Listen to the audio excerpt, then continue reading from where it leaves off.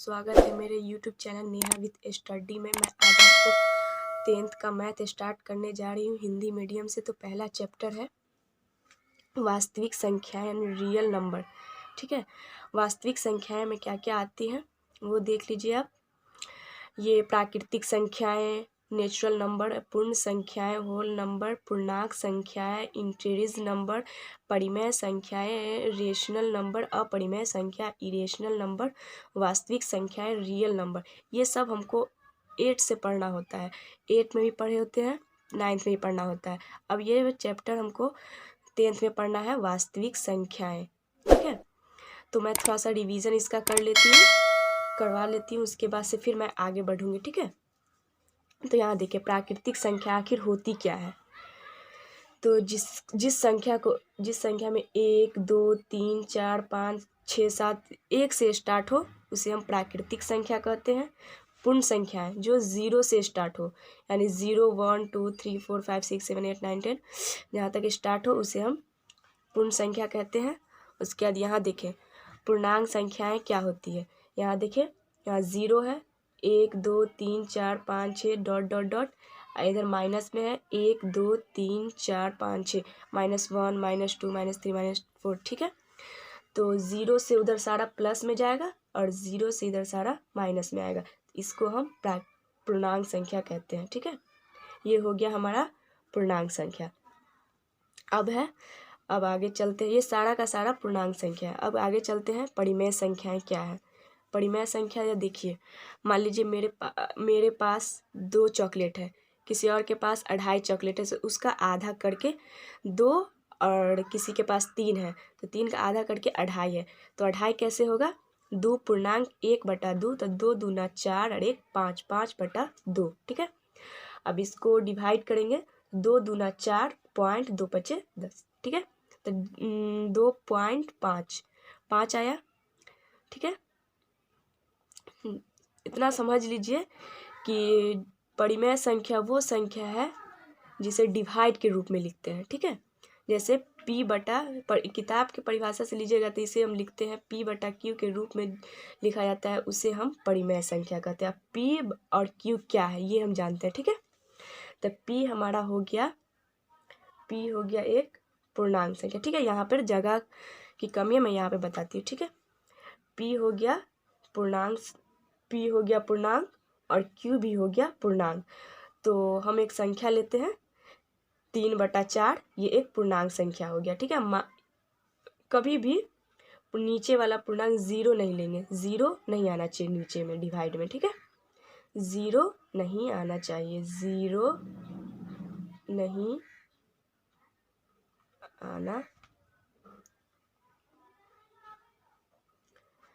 नहीं आना चाहिए।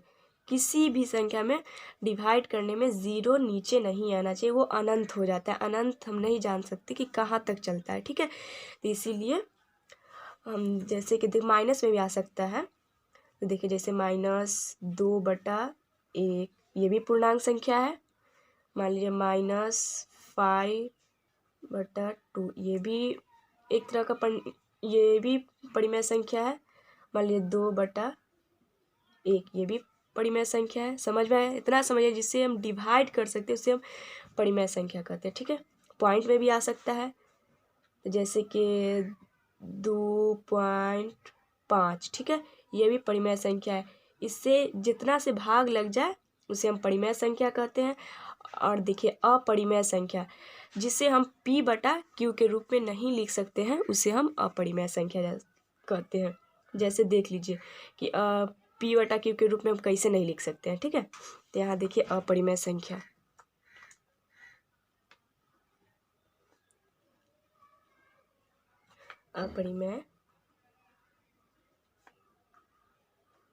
अपरिमेय संख्या को हम P/Q के रूप में नहीं लिख सकते। जैसे देख लीजिए क्या है, √3, इसको हम अपरिमेय के रूप में नहीं लिख सकते। ठीक है, कितना स्टूडेंट को डाउट रहता है कि कैसे नहीं लिख सकते, नीचे में 1 दे देंगे तो ये हो गया परिमेय संख्या, लेकिन नहीं।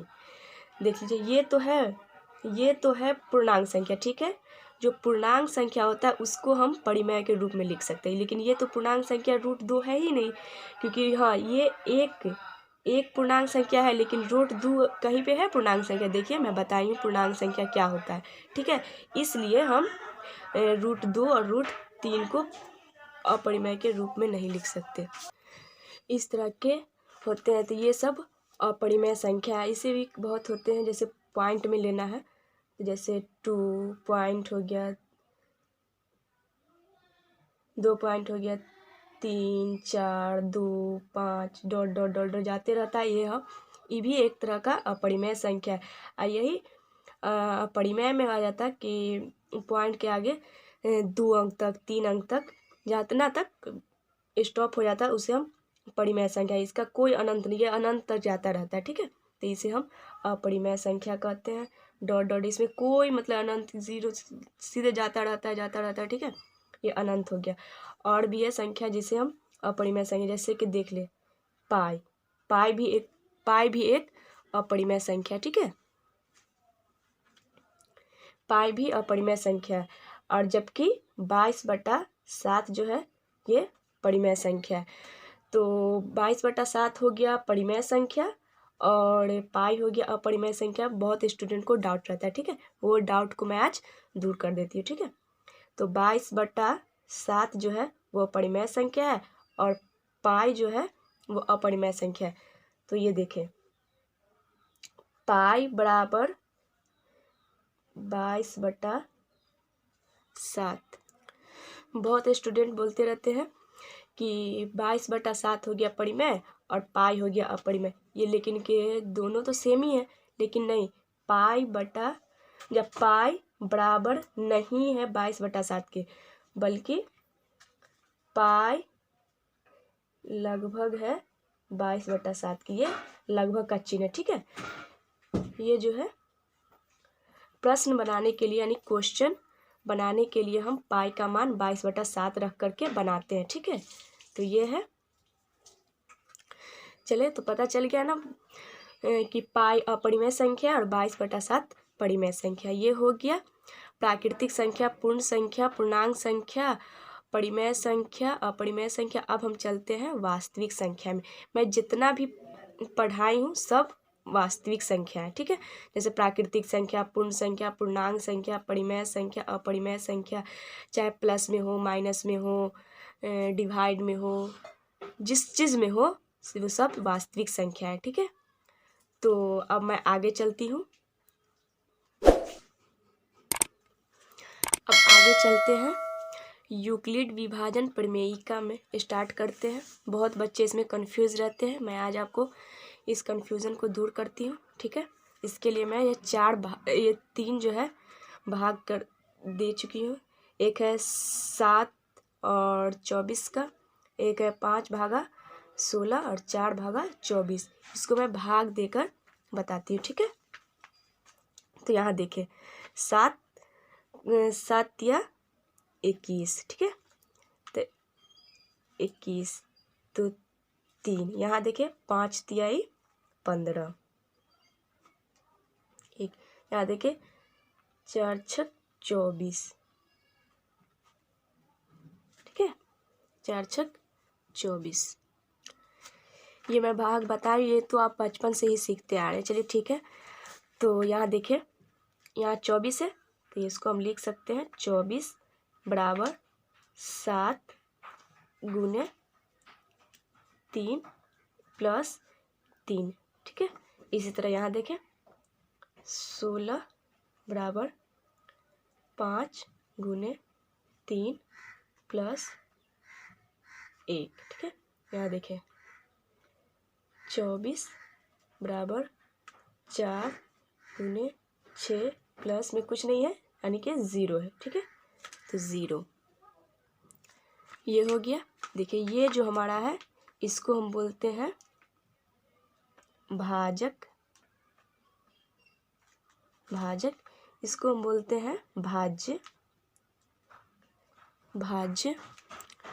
और इसको हम बोलते हैं भागफल। और ये जो हमारा बची है 3, इसको हम बोलते हैं शेषफल, ठीक है। शेष फल। तो यहाँ देखें,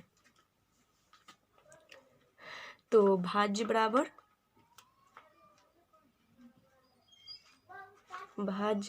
मेरा हो जाएगा भाजक गुने भागफल प्लस शेषफल।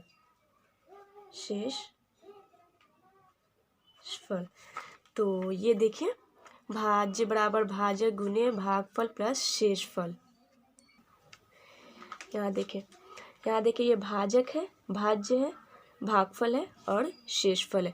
यूक्लिड विभाजन प्रमेयिका में हम भाजक को b लिखते हैं, ठीक है, भाज्य को a लिखते हैं, भागफल को q लिखते हैं और शेषफल को r लिखते हैं। जैसे कि देखें, भाज्य a है तो भाज्य a बराबर भाजक है मेरा b इंटू भागफल है मेरा q और प्लस है r। यही मेन चीज़ है, ठीक है। यूक्लिड विभाजन प्रमेयिका का मेन फार्मूला यही है, इसी फार्मूला पे हमको बनाना था। यहाँ देखें, a बराबर बी क्यू प्लस आर, ये मेन फार्मूला है। कितना आसान तरीका था, इस फार्मूला पे हमको बैठाना है क्वेश्चन। चलिए ठीक है, यही फार्मूला था, आज मैं आपको यहीं तक बता रही हूँ, ठीक है। कल से अपना चैप्टर स्टार्ट करूँगी क्लास 10th का हिंदी मीडियम से। कल क्वेश्चन नंबर 1 से बताऊँगी, ठीक है। आज बस इतना ही हम सीखे हैं, आगे का कल बताऊँगी। रोज़ दिन मैं एक क्वेश्चन बताती रहूँगी एक चैप्टर से, ठीक है। तो ठीक है, बाय। अगर आप मेरे चैनल पर नए हैं तो प्लीज़ सब्सक्राइब करें, बेल आइकन को क्लिक करें कि मेरी सारी वीडियो सबसे पहले आप तक पहुँचे। बाय।